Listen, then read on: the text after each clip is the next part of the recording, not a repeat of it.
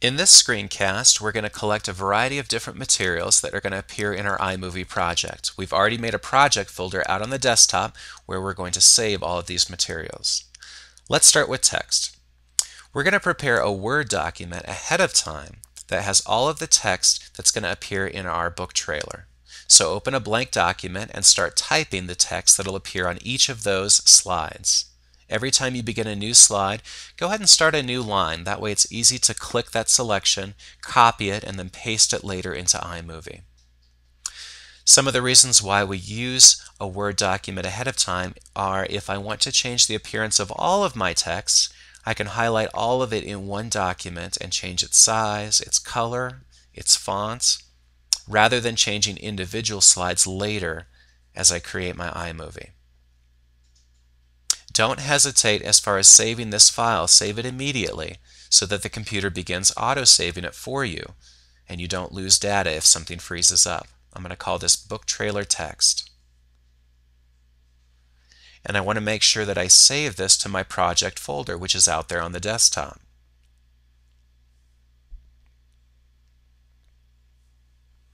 Right now I'm just going to minimize this file because I'm going to come back to it later. Let's move on to images. We're going to use the internet to search for all the images that are out there that fit the theme of the book trailer that we're creating. Google is a great site to do this on, so click on the Images tab there on the Google homepage and enter in the description of the picture that you're looking for. You're going to get lots of different choices. One of the things that you want to make sure you pay attention to is the image size. You can see that over on the left. You can filter your choices so that they are only large, and we want large photos so that they don't appear grainy in a full screen presentation. On the right, click on the full size button so we make this as large as it can be, and then click on the picture and drag it over to your project folder on the side of the screen. We didn't have to open a menu, we just clicked and dragged, and there in our folder is a copy of that file saved. Before we leave this screen, the one thing I want you to do is to copy the web address that this picture came from and then place it in the text file that you've created for your project. If we intend to show our book trailers to an audience outside of our classroom, we need to make sure we cite sources for materials that we have borrowed from other people, and this picture we have borrowed. We'll use that web address to create a works cited entry that we'll attach to our project later.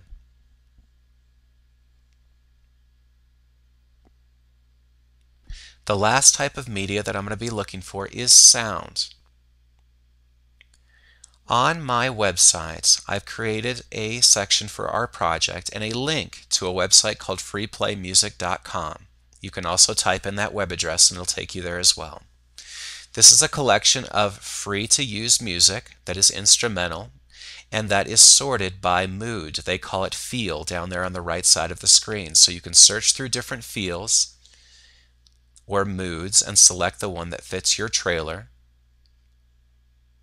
to sample various different musical tracks that support that mood. Each of these tracks are going to have files attached to them that are called preview or MP3.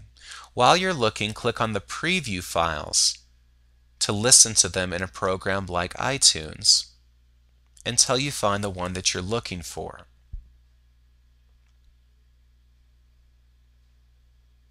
Once you have found the file that you're looking for, click on the MP3 link below that song that has the right length for your trailer. Remember, we're trying to make them about 1.5 to 2 minutes. It'll ask you if you want to save that file, which you do, and it'll save usually to the desktop, but sometimes to the download folder. And you just drag that file from wherever it is into your project folder.